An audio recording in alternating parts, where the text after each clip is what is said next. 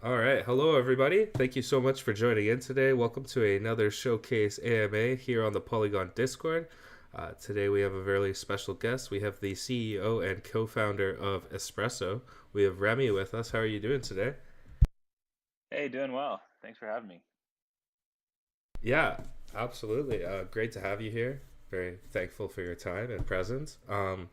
Before we jump into Espresso, why don't we talk about you a little bit? What's your backstory? What were you doing before crypto, and what got you into the space?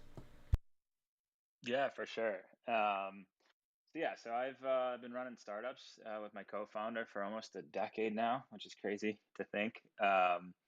We originally started just talking with you a little bit earlier about kind of building out a higher education business. It originally started as like a way to replace the student ID card with your phone using NFC chips back in the day. We're a little bit ahead of our time there. That evolved into a mentoring platform. We got students and alumni connected uh, in mentorship and career discovery. Scaled that up to about like 70 schools, had a couple million users in VB, and ended up selling that in 2018. But behind the scenes, and kind of how we got into crypto, well, one, my co-founder was in crypto for a very long time. Early Bitcoin miner back in the day, ran a bunch of other mining pools for a number of other protocols in the very early days of crypto. And then, as Ethereum started to emerge, he pinged me. He's like, "Hey, man, you really need to get into this. I know once you dig in and fall into the rabbit hole, you're not going to want to leave." And that's kind of exactly what happened. Started learning about Ethereum more directly in 2016, 2017. In 2017, we built out this little skunkworks project behind the other business, trying to build out like a student identity play on top of Ethereum. Um, it was a bit early, I'd say, for that. But we ended up building this really interesting kind of middleware solution that enabled our front end team at the time to be more productive in their development. And we saw an opportunity to productize that part of the tech stack. And yeah, so we ended up selling our core higher education business in 2018, and then started to pursue kind of the early days of Espresso in late 2018, just in time for crypto winter, which was optimal. Um, and yeah, that's kind of how we got into crypto, and that's kind of a quick backstory into how we got Espresso started from a timeline.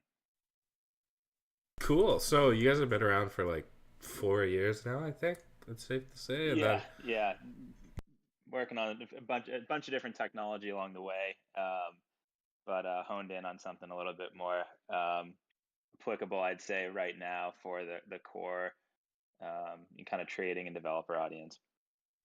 yeah, for sure. So I'm curious where you're currently at in your development journey. Like how many people are on the team, and I don't know, just what has the journey sort of looked like for you guys? What inspired you guys to start rocking with Espresso? Yeah, totally. So at the time when we started, there's very little infrastructure available, and building meant running your own nodes and work building out your own kind of data infrastructure to make application development somewhat manageable. Obviously, since 2018, a lot has come about. Obviously, a lot of node providers and a lot of various API services.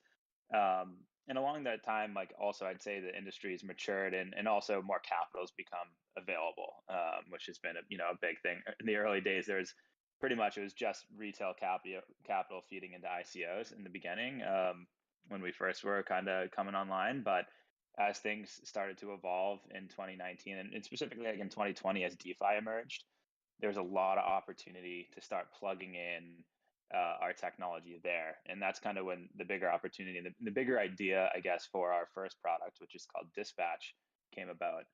And what we first did actually was it was a little bit more basic, I guess, to test out the waters of this idea of kind of real time alerts. And we created this bot that sat on top of Uniswap back in like early 2020, that would ultimately listen for new pair information and liquidity information and feed that out to Telegram at the time, which it's been funny to see the messaging services evolve. But Telegram was the main kind of core messaging service at the time, and obviously it seems to be shifting pretty drastically over to Discord now. But we had this little bot that ping a Telegram channel.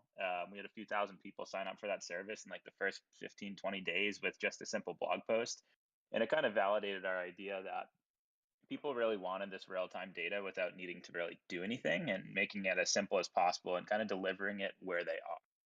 And that validated our idea and kind of led us down the road ultimately to our first bigger product, which is Dispatch. So Dispatch is ultimately like a no-code automation and alert service, initially set up for traders. And behind that, we've built this really performant index that indexes a lot of on-chain data across protocols, anything from DEX data to NFT data, to monitoring, specific addresses or influencer wallets, um, and serving that up to wherever you want. It could be email, could be Telegram, Discord, webhooks, etc. Um, so that's been the kind of journey of getting Dispatch off the ground. In terms of like a team size, originally it was just a few of us through the early days, and then more recently, over the last year, we scaled up to just about eight of us now. We are a fully remote team spread across LA, Miami, Dallas, San Francisco, Sacramento, etc. Um, and yeah, it's been from like a company growth and kind of next step standpoint, we're starting to bring the product to market a bit more aggressively. So we're currently in a private beta. So we'd love to get anyone in the audience in if they're not already using the product.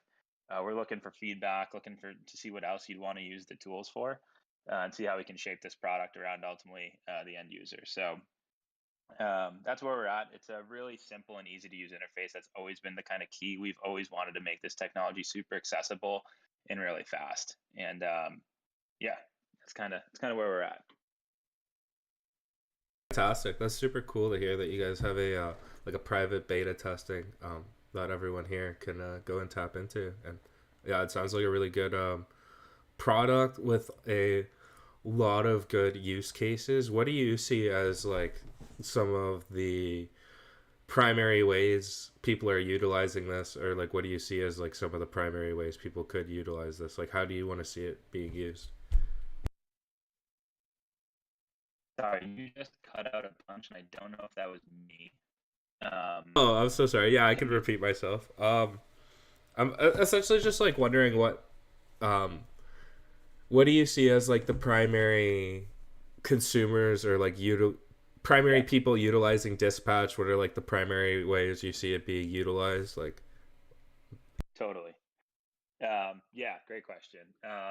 So what's been interesting is when we started, there's been this evolution, right? Like when we kind of started testing the waters with Dispatch in kind of 2020, DeFi was the hot thing, and still is obviously super relevant. And so we had a few thousand people sign up in the DeFi realm initially.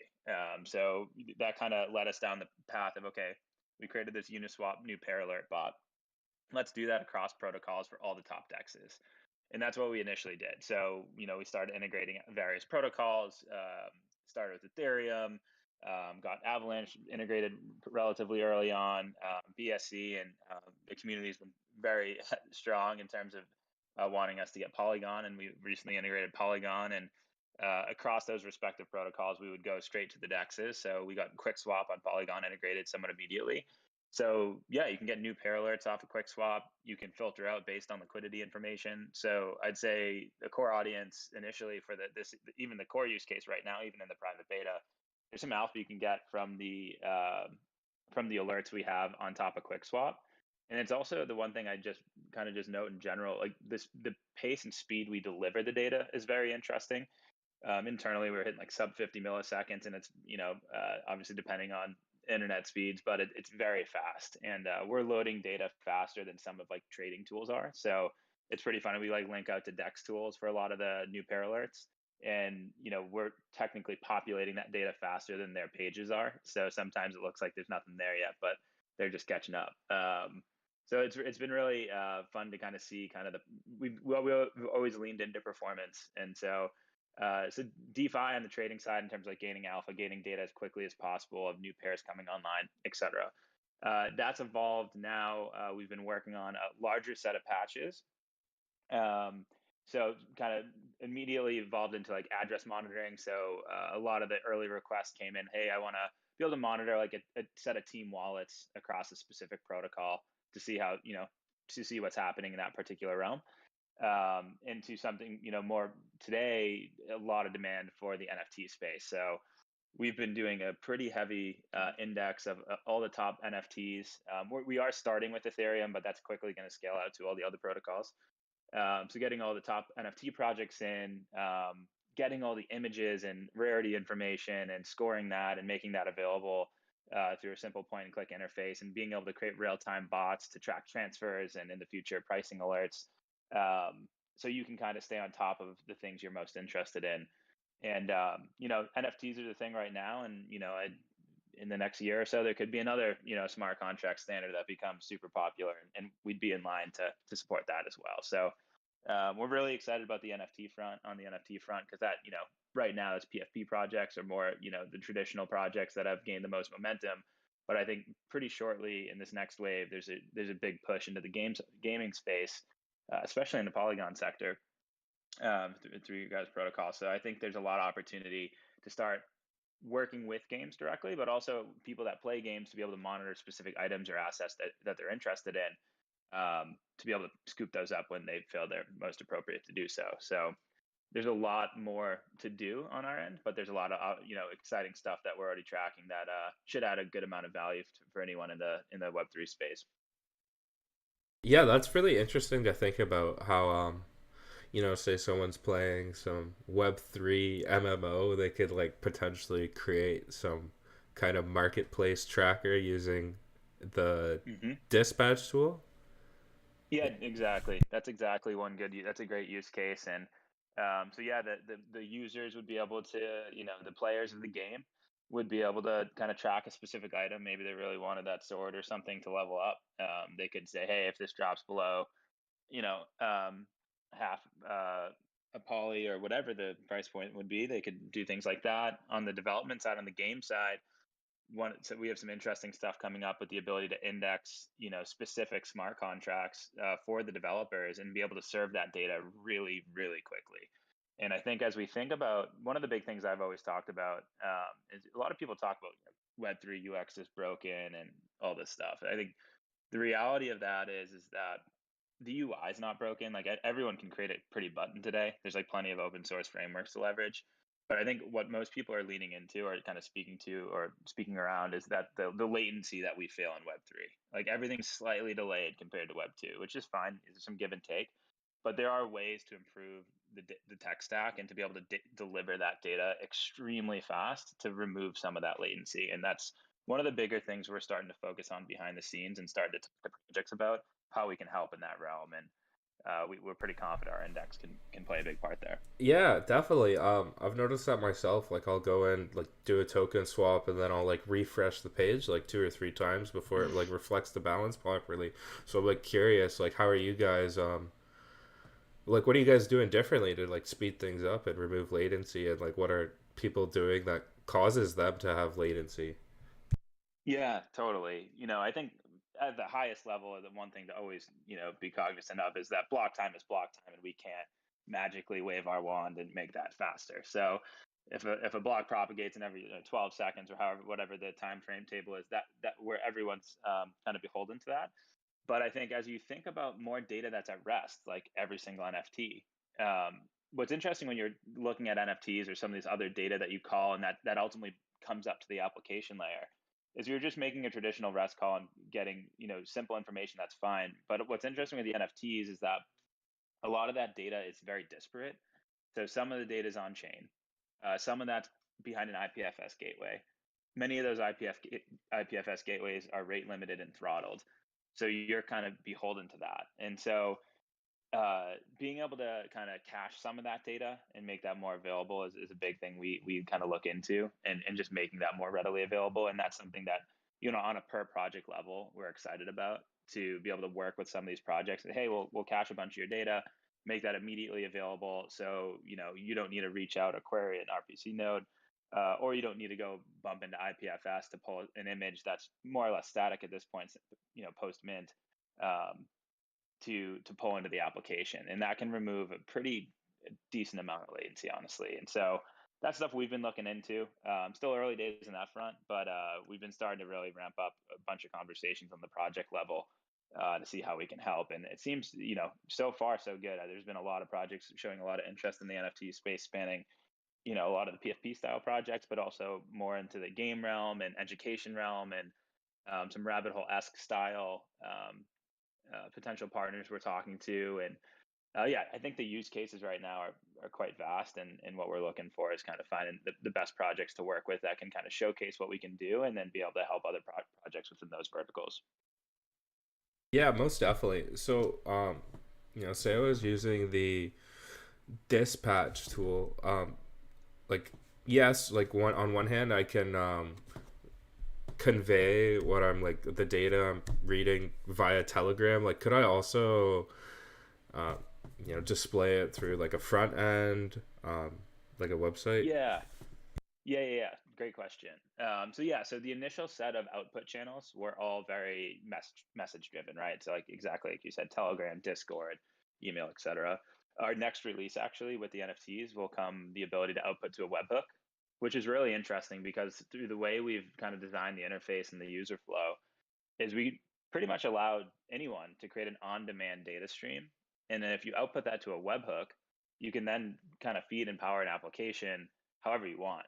So if you're outputting a webhook of every transfer across a specific NFT collection, that could be like a ticker in your dashboard, or maybe you want to look at all the new pairs with the liquidity information of a specific dex that could power hypothetically a dex dashboard. So there's a lot of different stuff that can be done, and I think that's what's most interesting. Is everyone in Web3 in some capacity talks about composability, but abstracting away the need to write a bunch of code, and being able to like leverage a simple webhook or output channel like that, and configure a simple data stream however you wish through a front end, is really interesting. And I think the no code space in Web3 is still relatively early.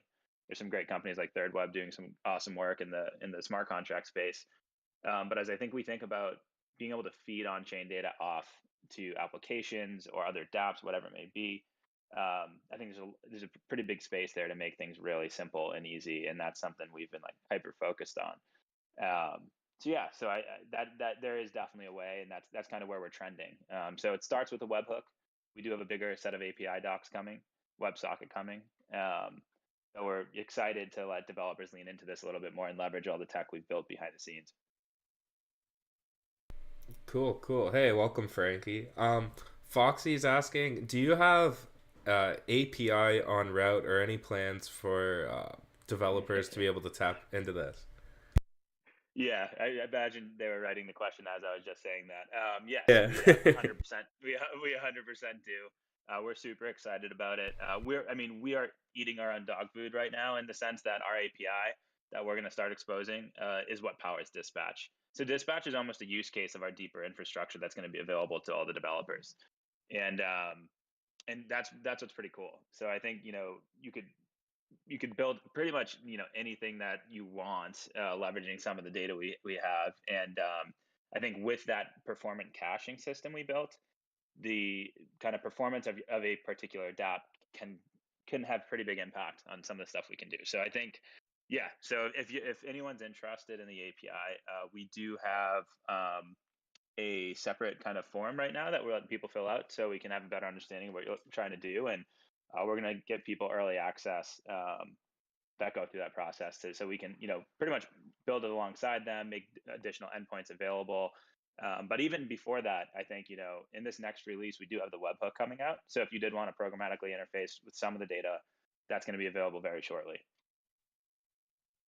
Sweet. I'm curious. Like, I feel like I'm understanding what you guys do, but like, what category of like product would you put yourself into? Like, how would you define yourselves?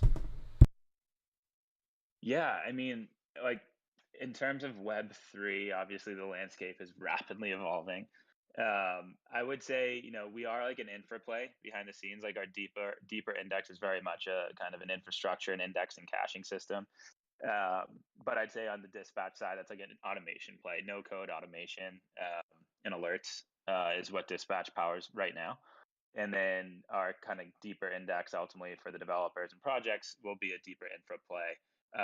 In the thought process, what we're taking it, it's like very different from a node provider where we don't really there's no need to interface with a node through our service. It's really just surfacing the data you want. And that's something that we're really excited about, and something that I think just ultimately the way things are trending is that abstracting away the complexity of the Web3 tech stack, I think, is going to become instrumental to the next wave of adoption, especially for developers. And we think the set of tools we're building and the no code aspects will be a really good gateway for a lot of these devs to come in and start using it and get familiar with the type of data they can receive. And then if they want to go deeper, we'll meet them there with the additional API docs and WebSockets, et cetera, so they can power their use cases more directly. So I'd say like dispatch, it's like a no code automation and alerting, and then the index behind that is very much an infra play. Dude, that is phenomenal. Yeah, the the no code side of things is definitely still in its infancy, and I think it'll really help drive a lot more adoption. Like right now, I feel like a lot of people struggle to spin up the things that they want for Web3 to like have this as a tool to like um, pull on chain data. Yeah, definitely gonna make a lot of people's lives a lot easier. Frankie, good questions coming in. Are you, yeah, like, why don't we talk about that right now? Like, are you working on any collaborations with any other Web3 development companies? Like, I know we got a bit of a partnership going on with or Polygon, and then I see a lot of other ones as well. Maybe you want to talk about. Yeah. Yeah. So yeah, our approach has been we wanted to be pretty methodical about how we go to market, and I think in this stage of the business, it wor- let me step back real quick. Working in Web3 has been really fun and interesting. Working in higher ed prior, running a very traditional kind of SaaS B2B business, and like some may say the stodgy of stodgiest industries. Very different ball game, very formal process, RFPs, et cetera. Working in Web3, there's a few different ways you can go to market. You can go be super hype and blow out partnerships with everyone under the sun. But when you actually start digging in, what is actually happening. And I think the biggest thing we've always wanted to focus on is really working with projects and protocols that have staying power. And then also really thinking through what's the longevity and additional use cases that can pop up along the way. And that's where, starting at the protocol side with L1s and L2s was, of course, a no brainer for us. I mean, when we started, Ethereum was by far the most used blockchain, and, obviously more or less still is. But as things start to spread out, there's very much a need, especially development talent continues to spread out across various protocols. There's very much a need to serve these other providers. And so starting with additional L1s in the EVM ecosystem was the first path we took. Starting with additional L2s in the EVM ecosystem was also along that path. And for us, I mean, the reality is we aren't a 100-person team, so we can't integrate every single protocol under the sun. But with the nature of the EVM, it just makes it really easy for a lot of devs and other dApps to obviously kind of lean into the languages they're already accustomed to. And there's definitely going to be more and more languages popping up over time. And obviously, there's a number of protocols that are not EVM focused, and that's great. But I think for now, that's kind of the route we took, and we'll definitely branch off soon in terms of additional protocols. But I think once we got into those protocols, and I think I touched on this pretty lightly earlier, but we started initially focusing on dexes. So worked a lot with like across the Avalanche ecosystem, worked all like Trader Joe and Pangolin. Uniswap was our first integration, and the nice thing with Web3 is that a lot of this stuff is open source. So if we have the pleasure of working with the team, that's awesome. But if we can't get a hold of anyone over there, we can just keep going forward with the integration. And so with the Dex protocols, it's been a blend of both, working independently and with the teams. And now with the new wave of projects, I'm specifically in the NFT space. What I've been really interested in is that a lot of the NFT projects, I'd say, are a little lighter on the development front, actually, and there's a lot more opportunity to help them and add value. And I think that's where I think a lot of our tools are starting to speak to these teams a bit, and that's what I'm excited about. I think NFTs as a pillar of Web3 is one of the fastest growing, and I think going to be one of the most important as it makes crypto more tangible, right? I think that's been, DeFi for the finance folks and, getting yield and all that stuff has been incredible.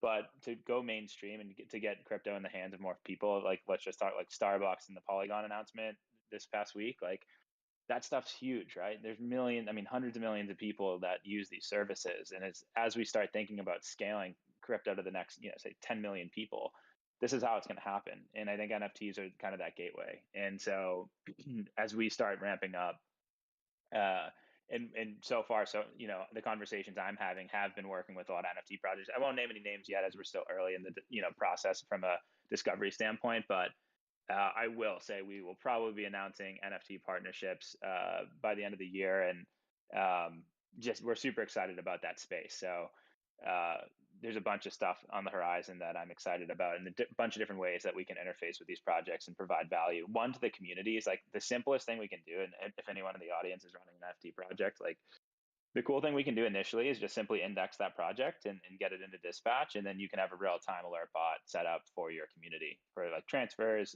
and in the future like pricing activity, etc.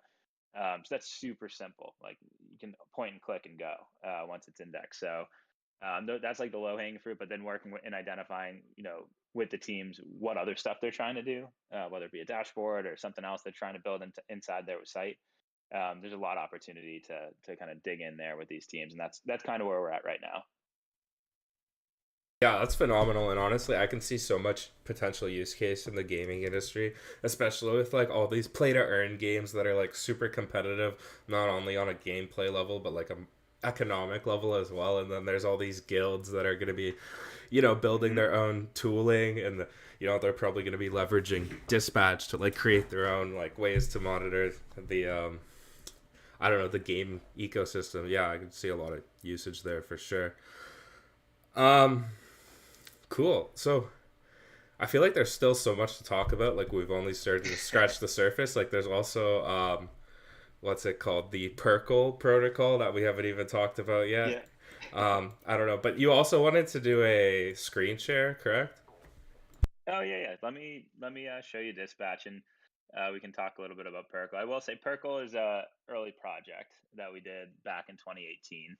So we have some different ideas of where things are going there, but probably won't dig too much into that today, as that's still kind of in discussion with the core team. So, but I can talk a little bit about that after after I do a quick screen share if that makes sense. Yeah, absolutely. Whatever you want to talk about today. Floor is yours.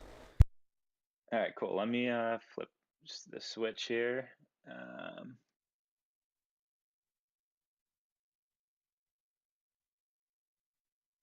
One sec. I do need to add this permission on my computer. All right, it's gonna make me drop Discord real quick. I'm gonna pop right back in. Okay, no worries.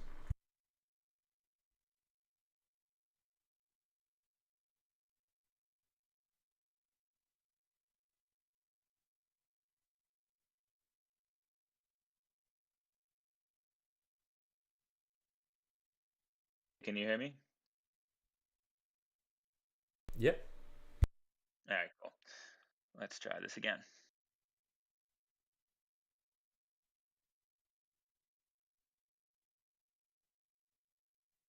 Can you guys see this okay? Yeah, it looks great. Cool. All right, so this is dispatch.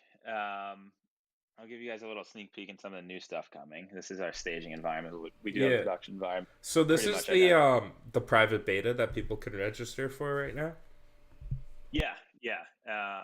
I will. I'll give you a. NFTs are imminent in releasing in say the next week or so, but like, I'll give you guys a little peek at the NFT stuff before it's live. But yeah, the private beta is live. You guys can come in here and play with this.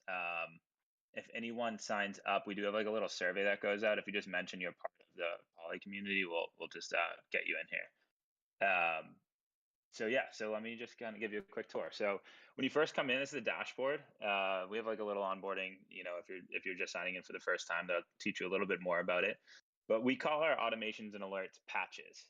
So you get to create your own patch. It's kind of like the whole concept of like patching data, or like a what do you call it?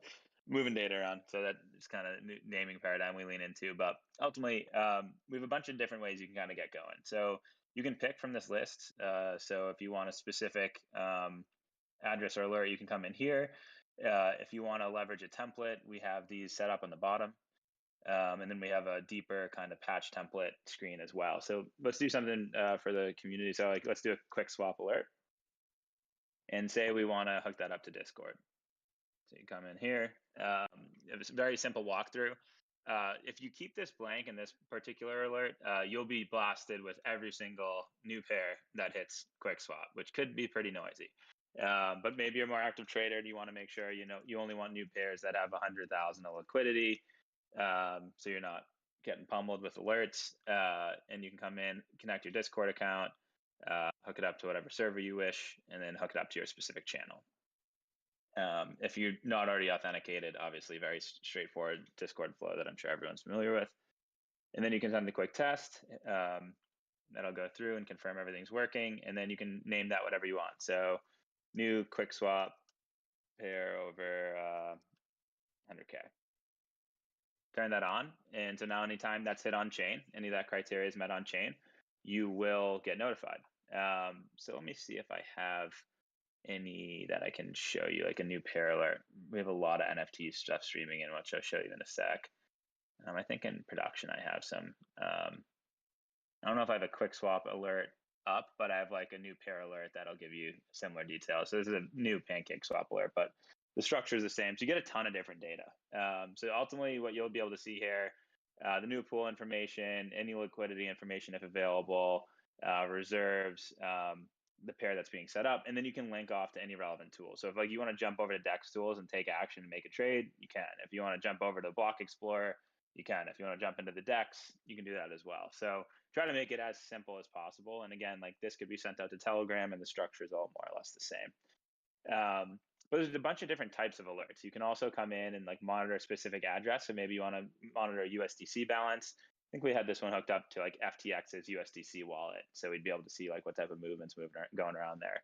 So you can see like any balance change notification. And what's interesting here, we've been talking to a lot of different projects and even like VCs to be able to keep a pulse on like when vesting schedules are coming up and stuff like that for token releases. So that's been kind of interesting to hear and kind of see various use cases emerge. But yeah, pretty straightforward stuff on the address balance front. And let me give you kind of a peek on the NFT side. So let's create a patch. We're going to do an NFT patch where we want to look at, maybe we want to look at doodles. Come in, pick the same stuff. You can also output to a monitor, or you can output to a webhook. Again, this is about to be released, so this is the next piece of functionality that we're pretty excited about. But let's do the internal monitor. Turn that on. You don't need a test when you're outputting it internally. And then, when doodles are transferred, you get a notification. Turn that on, and you are good to go. So NFT notifications, a little bit more visual. We'll pull in, we're still working on some of the details there, so don't mind some of the overflow. But so this is like VFriends, Gary V's project. So you get a bunch of different rarity information, the ranking of that particular item within the collection. You'll also be able to view properties. We're working on some of the additional kind of that percentage per property. And you'll be able to see all the information on this token, hop over to OpenSea, view that particular NFT, so on and so forth. So it's pretty straightforward, but this is unlocking a lot of other alerts that we're excited about along the NFT realm. So looking at things like pricing and traits and other things that we could do alerts on. So that's going to be quite powerful. And with this, again, and behind the scenes, we're indexing all of these collections. So this data is hyper available once we give deeper access into our API and stuff. So it's a hilarious name, but yeah, so that's a quick kind of look at the NFT side. We do have a monitor that's very similar, allows you to kind of filter out. So if you want to see like Polygon specific notifications, which I don't think I have any set up here, or if you want to see specific trigger style notifications, you can also do that as well. So it's all pretty straightforward. There's a decent amount of functionality in here. We're always adding new patches. One other thing we have, and we're about to update this a little bit too and add some more, are a bunch of like pre-configured templates that you can kind of dive into.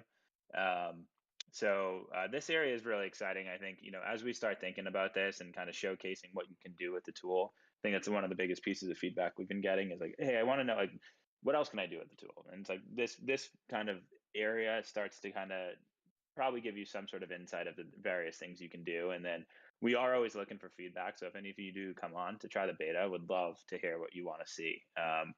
We are a small team, so we're 100% listening, and you'll be very surprised. You don't be too surprised if you see a suggestion pop in to the application relatively quickly. So yeah, that's kind of a quick pulse on dispatch. Sweet. This looks fantastic. Really easy to use and navigate. That is the goal. Sweet. I actually just applied for early access, so definitely encourage everyone else to do so. Try it out, see what it's all about. Thank you so much for that demo. I'm looking forward to using it. It looks awesome. Yeah, no, totally. Yeah, I'll definitely get you in there. And yeah, anyone else, feel free to hop in. And we'll excited to have you guys on there. Okay, Frankie asked such an amazing question. It's a bit of a tricky one, but Frankie wants to know, what is your exact definition of Web3? Wow. Okay. Well, considering the term Web3 is relatively new, what's my term of Web3 or what's my term of crypto? We'll stick with Web3. I mean, Web3 to me is kind of the next generation of the internet, which is ultimately leaning into decentralization, more of a peer-to-peer kind of setup ultimately. Um, so that's at the highest level, I think, where things are going. Obviously, that encapsulates a bunch of different verticals, whether it be DeFi, NFTs, etc. But I think in the end of the day, it's about a more decentralized internet. The ability to transact peer to peer obviously unlocks an unlimited number of use cases, and I think that's where Web3 is looking into kind of the future of kind of the next generation of the internet, and that's super exciting. I think in the most early days, like we saw this with like file sharing with Napster, etc., and then being able to move this out to the ability to transact value from a peer-to-peer standpoint. Obviously, initially with Bitcoin and a number of other protocols now is absolutely massive. And with Ethereum, kind of bringing application layer development onto that concept was super innovative and obviously has unlocked a major wave of new applications and additional protocols. And we're super excited to be part of it. But I think, it's an evolving definition because, again, like when we started, DeFi didn't exist, NFTs didn't exist. I think CryptoKitties came towards the end, right before Crypto Winter, Crypto Winter of 2018. And the number of applications and use cases are just moving so quickly now that I think it's tough to peg exactly what Web3 is as it's constantly evolving, but it's going to really encapsulate this whole next gen of the internet, which is primarily built on decentralized technology. Yeah, I think you nailed that. And so I guess we'll like tie it into my next question, which would be like, how do you feel you guys are positioning yourself for the future of Web3, or like where do you see yourselves in the future of Web3? Yeah, for sure. I think right now what's really interesting is that, on the whole, as fast as the space is moving, it's still early. And so with that, you need to make the infra and the development and the tooling really accessible. And ultimately what that means, you kind of need to kind of create this experience that a lot of traditional Web 2 devs are accustomed to. And that's meeting them where they are with, more traditional style APIs and indexes and caches and things that all these tools are available in Web 2, but are just kind of popping up now in Web 3. So kind of blending that Web 2 and Web 3, the kind of Web 2.5 realm, short term is, I think, going to be really important. But I think as we look ahead, I think what's really interesting about the service we built, we're agnostic. We've always been agnostic from the start. So as new protocols pop online or new projects pop up within a specific, layer one or layer two protocol, um, there's so much opportunity to add value and work with these teams. And, if there's a new smart contract standard that pops up, that's the next type of wave of like NFTs, but something entirely different. Like we're ready for that. To us, a smart contract's a smart contract, and we just build out tools and parse that data and make it immediately available via our kind of infra. And to us, like that's the beauty of what we're doing. We're not locked in any one direction. And I think that flexibility and agility is something my co-founders always talked about, and something we've been fully in agreement with, is that that's extremely important in a space that's moving this fast.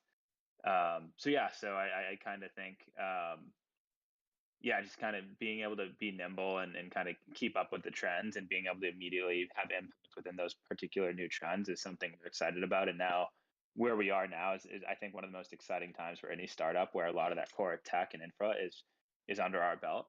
And now it's kind of ramping up that go to market and kind of making this more known as a product and brand. And then, getting these two key verticals initially, really excited about our technology.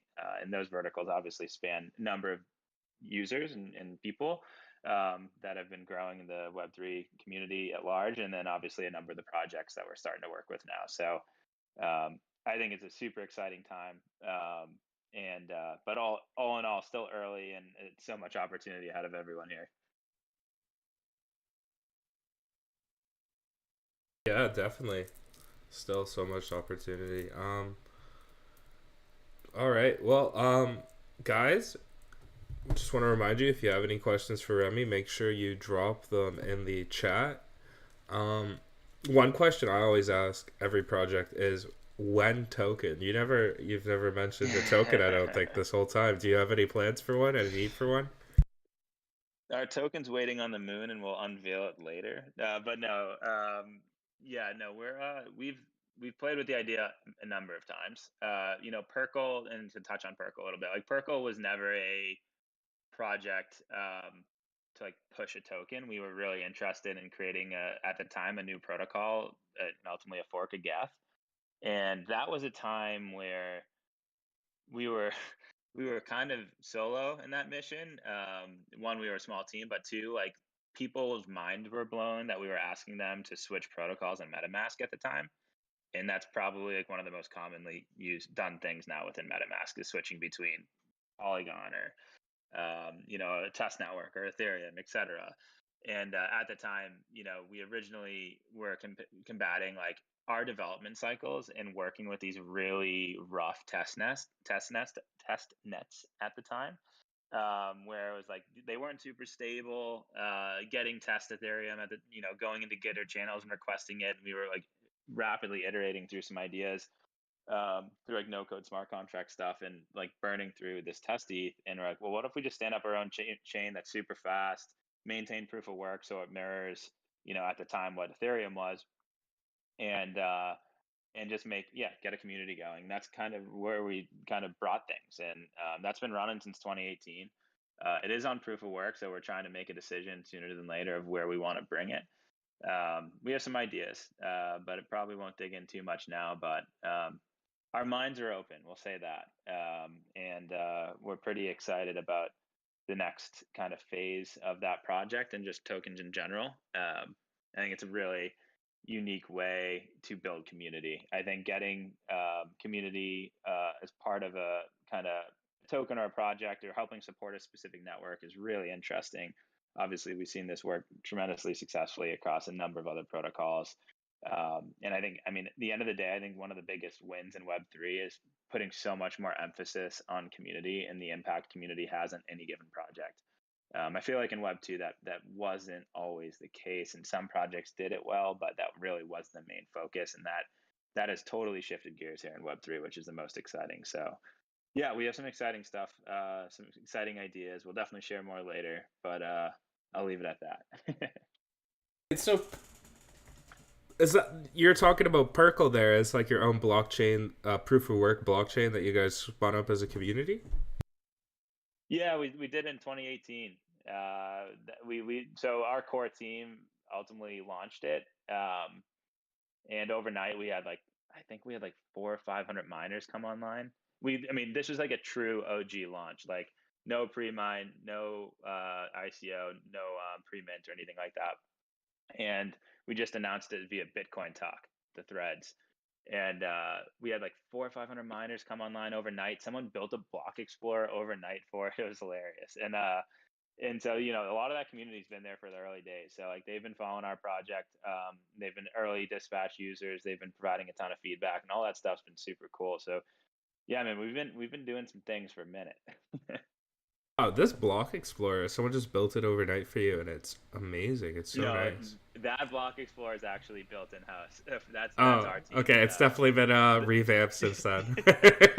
Yeah. No, someone spun up like an open source block explorer literally like the night we deployed it. And we woke up like 8 hours later and it was like, okay, we have a block explorer now. But at some point, like, okay, we need to build like a full on block explorer. And our thought process in the block explorer and some of our early tooling, like I didn't talk about it too much, but like early days when we were getting things going, like we built out a Discord bot that allowed you to move crypto around, allowed you to query the blockchain, allowed you to spin up a wallet, allowed you to do all these things, which are really, I mean, it's still in our Discord. I think we have it turned off right now, but we had some really interesting early ideas, and they all Perkle was this test bed for all of them, which was really cool. And then the Block Explorer we built, we built that in 2018, maybe a few months after launching Perkle. And that's kind of a showcase of some of our API and some of the real time, technology. All those graphs are in real time and pinging the nodes, et cetera. So yeah, so there's a lot of cool tech we've been working on and iterating through that's ultimately culminated now into Dispatch. And like a lot of those things that we've built along the way can now be built using Dispatch entirely, some of them via no code development, and then some that you would ultimately be able to lean into our APIs to build something out like that Block Explorer. Yeah, is this something that like you're forever just gonna keep as a kind of like test net for you guys, or is this something that you're hoping to make like a public blockchain one day? That is the question. That is the question of where we want to bring it to, because I don't think maintaining a proof of work chain now is the way. So we are playing with ideas internally of which direction we're going to head in, but there is a direction.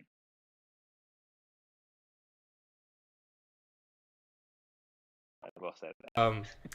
So yeah, no, this is so cool. It sounds like to me that you guys are like a US based group who are just like build all the time for fun. Like you've made so many incredible things and you're just constantly shipping. Yeah, we've been building for a long time. I mean, we've been full time in Web3 since 2018. So while some of our early products didn't see the light of day, unfortunately, just because we just couldn't get the funds together early on to get some of those products out the door, we have constantly been building. And now that, obviously like the venture scene has changed a lot and there is more capital and we've raised a little bit of money along the way now, to scale out our core team now is like we're about to ship a bunch of product. Obviously, you guys have seen Dispatch now, and it's still built with a small team, but a lot of that core tech that powers it, stuff we've been working on for a while. So I'd say the one thing is that like everything's really stable. This is not like a rush together project by any means. We've been iterating through this architecture and technology for quite some time. And if you've been following the journey all the way through, you've had the pleasure of using some of our early applications and bots and stuff, and all the stuff we've been building along the way. And I think one of the competitive edge that we have, like in terms of the greater market, is that the level of domain knowledge and like understanding of the space is obviously quite high. And I've talked to so many people that have come and gone. Like they were part of the ecosystem in 2017, went away, came back in 2021. It's like a lot happened between now and between then and now, and we've been kind of boots in the ground the whole time and kind of seeing that evolution. And now with a little bit of funding, we're starting to really ramp things up and excited to make a bigger impact here and let more people into our products. Yeah, definitely. That's really cool because like a lot of the stuff that you've been talking about, like for example, the Discord bots that can like spin up balances, send and receive crypto. Like I've seen that in servers. I feel like a lot of the tools that you guys have created already have been like really adopted by the broader crypto community. So you guys have been like, I don't know, silently making a big impact for a while. already, so that's really like cool to, I don't know, speculate about. Yeah. Um, Yeah, no, we've definitely had a lot of ideas. yeah. Does this one thing like I'm thinking of like, do you guys charge a fee, or will you be charging for people to use these services? Like, I'm wondering how you guys earn revenue, or Yeah. do you like just earn revenue from using the tools yourself? I don't know. How you, like what's Yeah. Yeah, so Dispatch will be the first kind of paid product we release. Everything else has been open source or free. And the thought process around Dispatch is that it's, driving alpha and value to the people that use it. And ultimately, a lot of those people may be traders, or they may be developers, and we may be able to save them a bunch of time. And, it's a more traditional mindset short term from a business model. So it will be a freemium model. There'll always be free access, that we're pretty firm believers in that. And then there will be, additional features and larger kind of data thresholds that you get access to the more you pay. So our thought process, if we can, if we're going to host some stuff for you to make your life easier, there's value of it being transferred. And for that, that's where kind of our pricing model comes in. And so there'll be free tiers for everything. And then the more you consume, ultimately, the more you'll pay at a pretty lightweight scale initially, but that'll ramp up.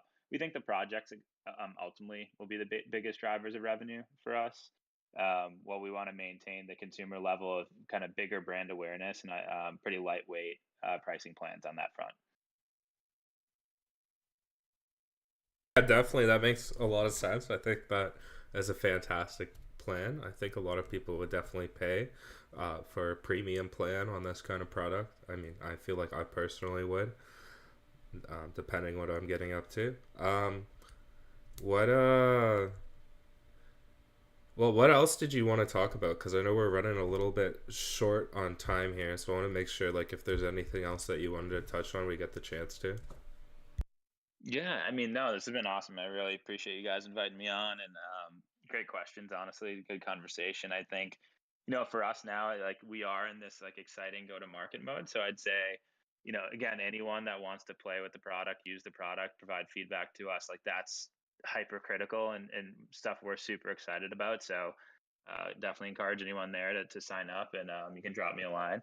And then on the other side, I would say if you're working on a project, I'd say what's really interesting on the project front, like I'm wanting to help early stage projects. Like if you raise like 20 million from VCs, epic. We'll definitely talk to you too. But like, um, I think there's a lot of opportunity to work with these early stage projects to identify like where the hurdles you're trying to jump over right now, and are there ways that our tools can help you? And I think that's what's the most exciting. There's so many new projects coming online. There's all these awesome creative minds that are coming into the space, and we want to be part of the conversation and be helpful. And I think right now, from what I see, like an affinity to an infra player isn't like, I don't know. I kind of feel like there's somewhat of a commoditization now where you can just jump around and do anything you want, but we want to be a bit more impactful than that. And I think the way we're styling and kind of building our tools in the sense of approachability and kind of ease of use is that initial differentiator. But I think once we scale up and start getting these tools embedded in a few different projects, I think the kind of speed and performance gains too are going to be a differentiator. So I think that's the stuff that we're excited about. So yeah, definitely encourage anyone out there that's working on projects to reach out. I'm doing a lot of like interesting discovery work right now with a number of different projects. Um, and yeah, I think the other thing too is like depending on what you're building, like we're very like transparent. Like we want to work with some groups. Like, and if it's an awesome project, we can put together a case study, co-market things together, like stuff like that. Like we want to showcase what both of us are doing, right? Ultimately, and the win-win across both sides. So that's always something we're looking for, and we're starting to get into that mode of um, kind of highlighting some of the projects we're working with. So definitely reach out on that front. And then yeah, if there's any other things you guys are looking to see that we don't have yet, that's feedback is instrumental in creating that feedback loop for our team right now. Is awesome. Um, and yeah, I think those are kind of like the key things that I would say are the most like biggest kind of takeaways. And I think as you think about the product, like yeah, like anything real time alerts, data automations, data streams, etc. are all on the table for what we can do, and it's just a matter of prioritization. So the more people in there providing feedback to us allow us to build a better product for you all. So that's the most exciting part of the business. So yeah. Yeah, definitely. I honestly love the energy, love the mindset. That's one of my favorite things about Web3: collaboration, partnerships. Teamwork makes the dream work. Yep. So yeah, I'm gonna drop all your links here in the chat again. I want to encourage everyone to go sign up for the beta access, test it out, provide feedback, join the Discord. Make sure you let them know that Polygon sent you. Uh, Yeah. yeah. Cool. Well, you basically answered all of my questions. Really good conversation. Um, yeah, I've really enjoyed this. Thank you so much, Remy. It's been an honor meeting you. Great speaking with you. Awesome. Yeah. Thank you so much again for having us on. And yeah, it was great. Maybe we can spin back when we have some other stuff to talk about a little bit down the line. But this is awesome. Appreciate the time. Yeah, round two with Espresso. Let's definitely make that happen. Would love to catch up, hear everything that's new. We'll get some coffee going too. I'll send over some beans to you guys. Oh, yes, please. I love Espresso, honestly. I'm a big enjoyer. Flat whites, mochas, everything. Me too. Cappuccinos. That's hence the name. I have a latte. Start my morning with a latte, a little latte art on there. Big coffee guy. Okay, me too, me too. Cool. If I ever hang out with you, we'll have to go for coffee. Maybe at a crypto conference or something. Highly probable. That'd be great. That'd be so good. Okay, cool. Well, thanks everybody for tuning in. It's been really nice to have so many people here, so appreciate it. And yeah, Remy, thanks again, man, for your time. Great meeting you. 100%, man. Thanks again. We'll talk to you soon. Yeah, for sure. All right, everybody. Hope you all All have a right. great day. Bye now. All right. Bye bye.